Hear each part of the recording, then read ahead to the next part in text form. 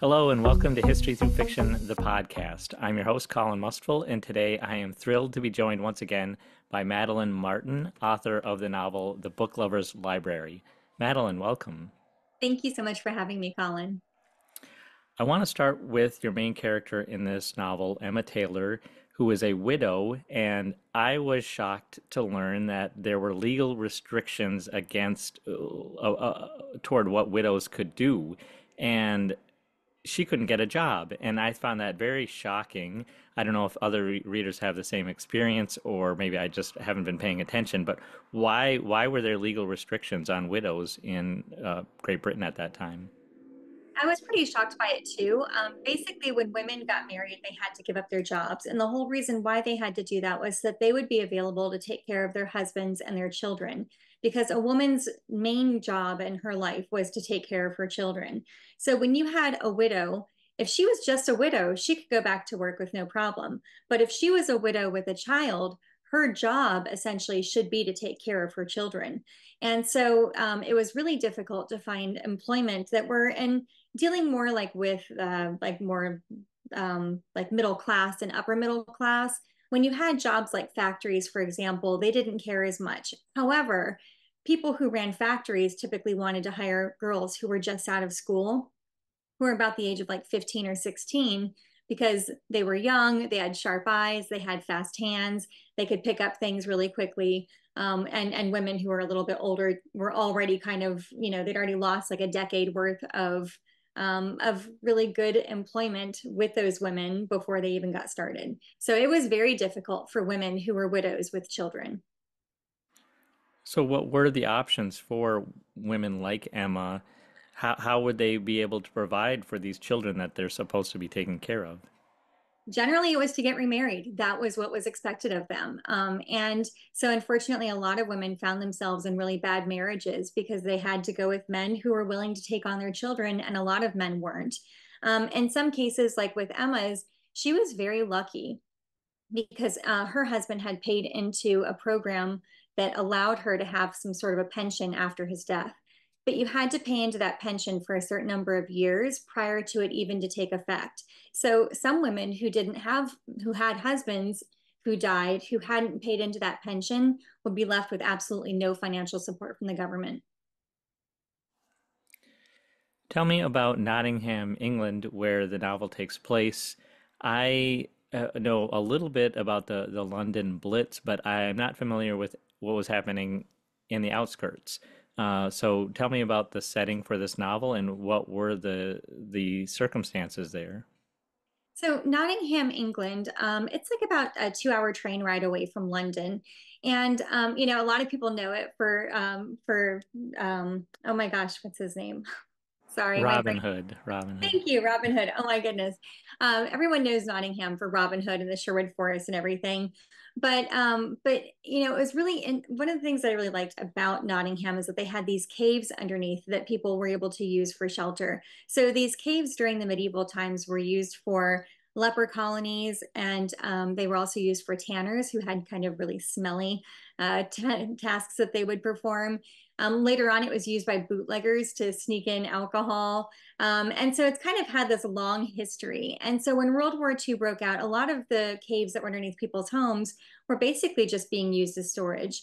So they thought, okay, well, this is a great opportunity for us to use it as shelter in the event of bombing.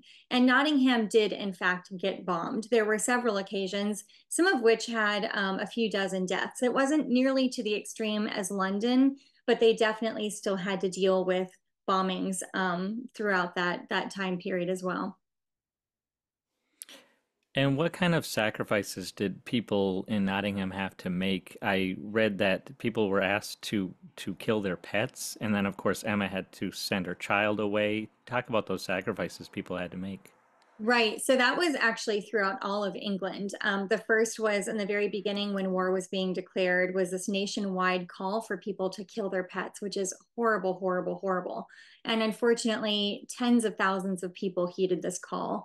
It was a really devastating event called basically the Pet Massacre. But the idea was that they didn't want food that could go to humans in a time of war going to animals.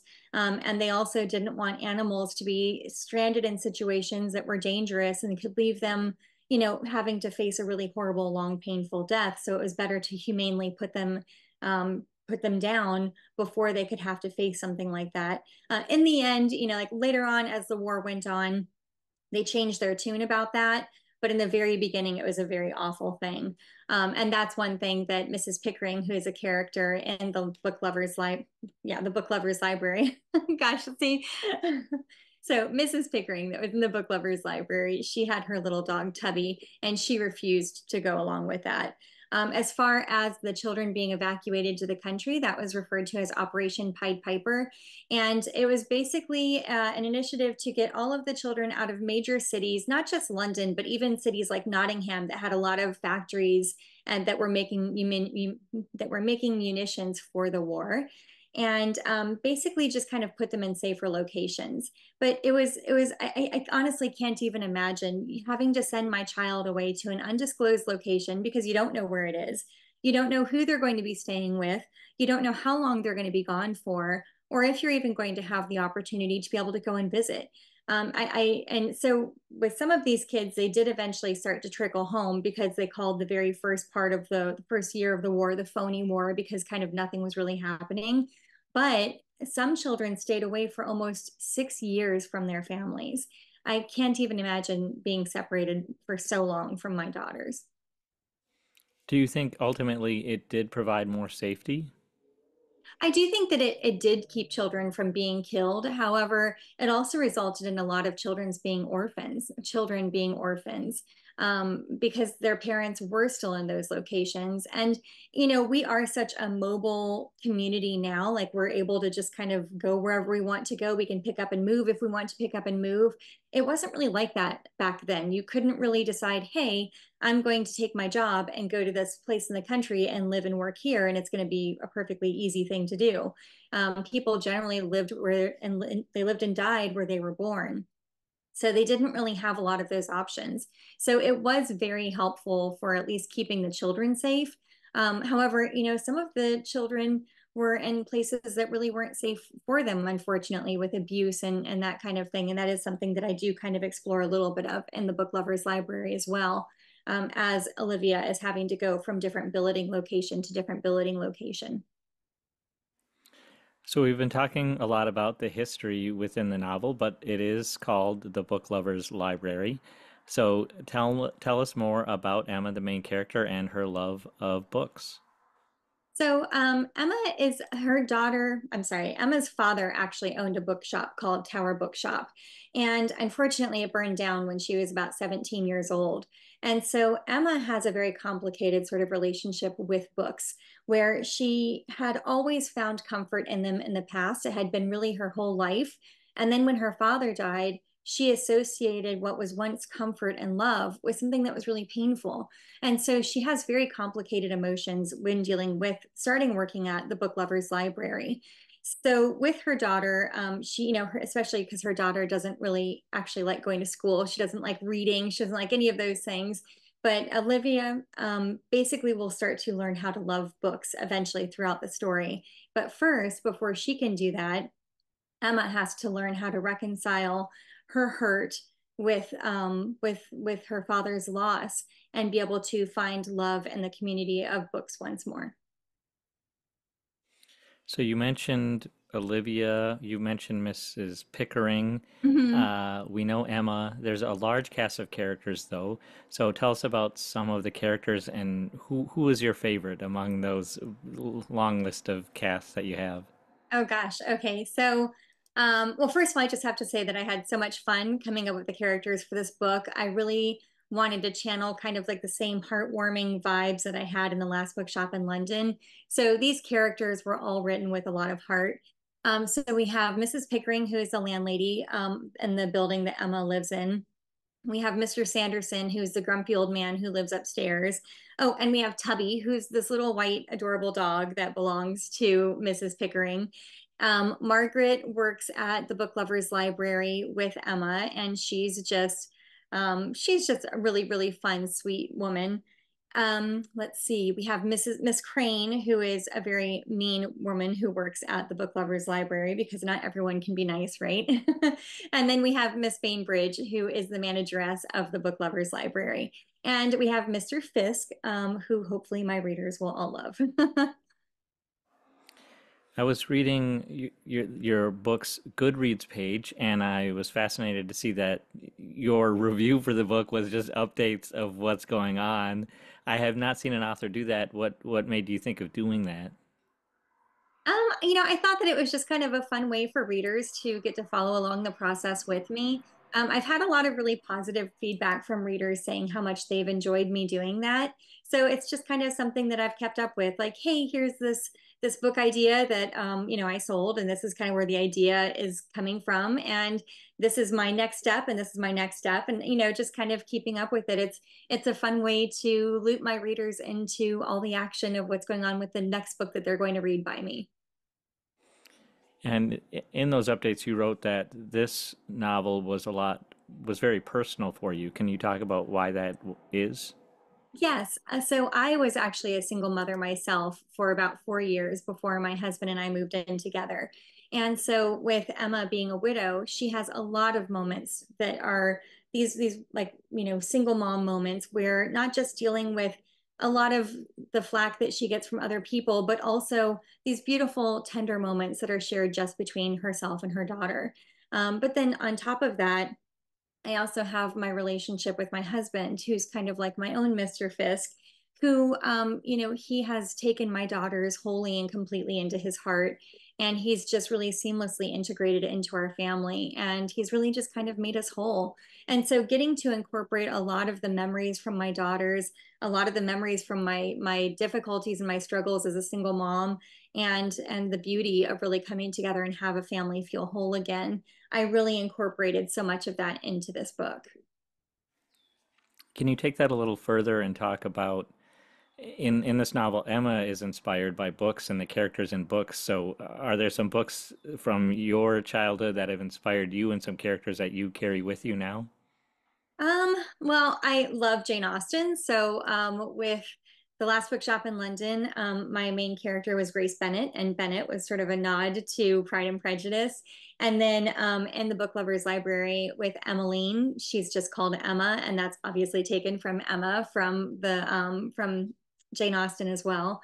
So, I do have, and in this particular book, Anne of Green Gables plays a very important role with Olivia. And as people read this book, they'll see exactly why. So there are some really of my favorite classic books that I've incorporated into all of my historical fiction because they are very much about readers and libraries and bookstores.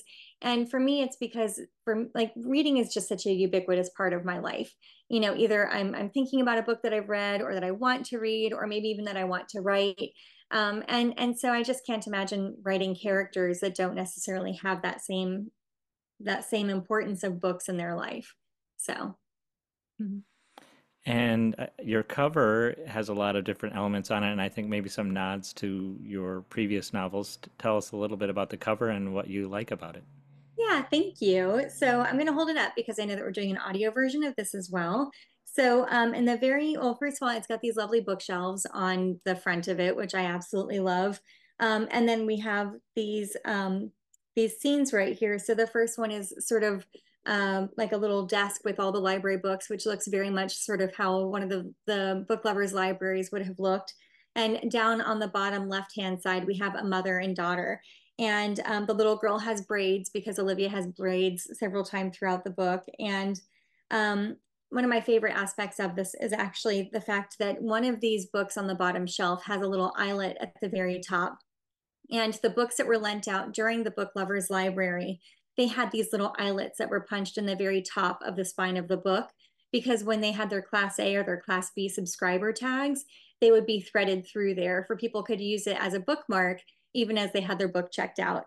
And I also, because of the fact that this book really is kind of channeling those Last Bookshop in London vibes, and because there is a little bit of a cameo from some of those favorite characters, I really wanted this book the cover to tie in a little bit to the Last Bookshop in London as well. And that's where this middle section comes in, where it has this parchment and the title on the top. And that really is very similar to The Last Bookshop in London, how the title was really encompassed inside of a little piece of parchment on the front of the page or the cover. Mhm. Reading some of the early reviews, your readers are praising this novel for its emotional depth. Can you talk a little bit about the craft of creating that depth? Is it something that you have to work at intentionally, or at this point in your writing journey, does it come across more naturally for you? I think it's a little bit of both. Part of it is just coming up with characters who I personally love. So it's easy to kind of, once I've created those characters, incorporate certain aspects in the book that I, either unfortunately torture them a little bit or give them some kind of reward. But then, there is a lot of work that does go into it because when I'm designing these characters, they all have these huge backstories that nobody will ever probably have a chance to read. If there's a person on the page who has more than a couple of lines, chances are likely that I have an entire backstory on them. I've got like a whole dossier with everything that they want, what their flaws are, what they're afraid of, what their parents were like, where they came from, where they grew up, everything. And I think that having all of that detail and really fleshing out those characters so wholly, no matter how big or small they are in the book, is really what does help to kind of bring everything together and make these characters really heartwarming.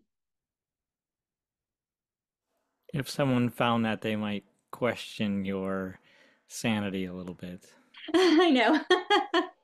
But it Yeah. sounds like a very good, yeah, practice for you. At what point, I mean, is this after you do an outline, then you do the character backgrounds? When do you do it? So the most important thing is the research, and then I do the characters, and then I do the plot. I think that the characters have to be 100% fleshed out before I ever even touch the plot, because characterization is so critical to the plot. So I'm curious, when do you take a break? Because you're always coming out with with new books. You're very busy. You're usually probably usually on deadline. When do you take a break? Um, I don't know. I just kind of try to fit it in where I can, I guess. My husband and I have recently discovered that we love going on cruises, and my youngest is a huge cruise fan as well. So those are one of the things we enjoy the most about it is that we get to completely unplug because the internet package just never really works very well. So we decided rather than pay for the internet package when we go on cruises, we just tell everyone, hey, we're going to be gone for 7 days and completely out of pocket. And we'll be back in 7 days and deal with whatever then. So doing that is a nice way to kind of get away. But aside from that, I always like to joke that I'm just a full-time mom with this little writing gig on the side because my girls keep me running no matter what's going on with my books. This question is really just for my own benefit. How did you get over the anxiety of unplugging for 7 days? Well, we started off really small. We had a 3 day cruise, and it was one of those things where it was like a Friday to a Monday. And we were just like, oh, why bother with the internet package? No one's even going to notice if we're not there Friday afternoon and, Monday morning. And then we did that and we loved it. And so we did it again. And then we realized, why don't we try maybe doing a 7 day cruise? And so, couple of things that I did to kind of help it not be so scary. First of all, I gave my publisher and publicist and everyone like 2 week or 2 months notice. Hey, in 2 months, I'm going to be doing this cruise and I'm not going to be able to have internet. So just an FYI, let's get big stuff out of the way. And I also scheduled all of my social media posts, and I did a social media post of myself on the cruise and said, just an FYI, the next 7 posts that you're going to see are all pre-scheduled and I'll reply to them when I come back. So that way people know. But I'm actually leaving for South Africa. Although I guess after this podcast comes out, I will have already come back from South Africa. But I'm leaving for South Africa soon. And my daughter and I, are my oldest, we're doing a horseback riding safari through South Africa. And so that's another one where I have no idea what my internet's going to be look like. So I had to kind of tell people, a couple months ago, just an FYI, I might be totally out of pocket for this week. So it's one of those kind of sorry, not sorry moments. I think that's great, and I hope you post some photos from the safari. That sounds really amazing. Thank you. Yeah, I definitely will. I'm really excited about it. So I'm assuming you have a next project in mind already? Yes, actually, the book is already written. I'm currently working on the edits for it right now, my personal edits, because it's due on August 1st. So this one's called The Secret Book Society, and it's actually it takes place in Victorian England, and it's about a woman who has been thrice widowed, and she finds women who are being whose lives are being restricted and their reading materials are being restricted by the men in their lives, and she creates the Secret Book Society, which operates sort of as a boring old women's tea once a week. And through it, these women kind of start to learn to be a little bit stronger in their lives. So I'm really enjoying working on that one. So it's not set in World War II. This is kind of a departure for me, but I've always wanted to write a book set in the Victorian London, and I'm really having a great time with it. Well, that sounds great. I think I'll have to create a Madeline Martin bookshelf at home to keep up with all all of your books. Thank Well, you. congratulations, Madeline, on the Book Lovers Library, and I'm so glad that I got to be the first one person to talk to you about it. Thank you. And thank you for putting up with me kind of stumbling over a couple of things as this is the first interview that I'm doing for the Book Lovers Library. Sure. Well, congratulations, and thanks so much for joining me today. Absolutely my pleasure. Thank you, Colin.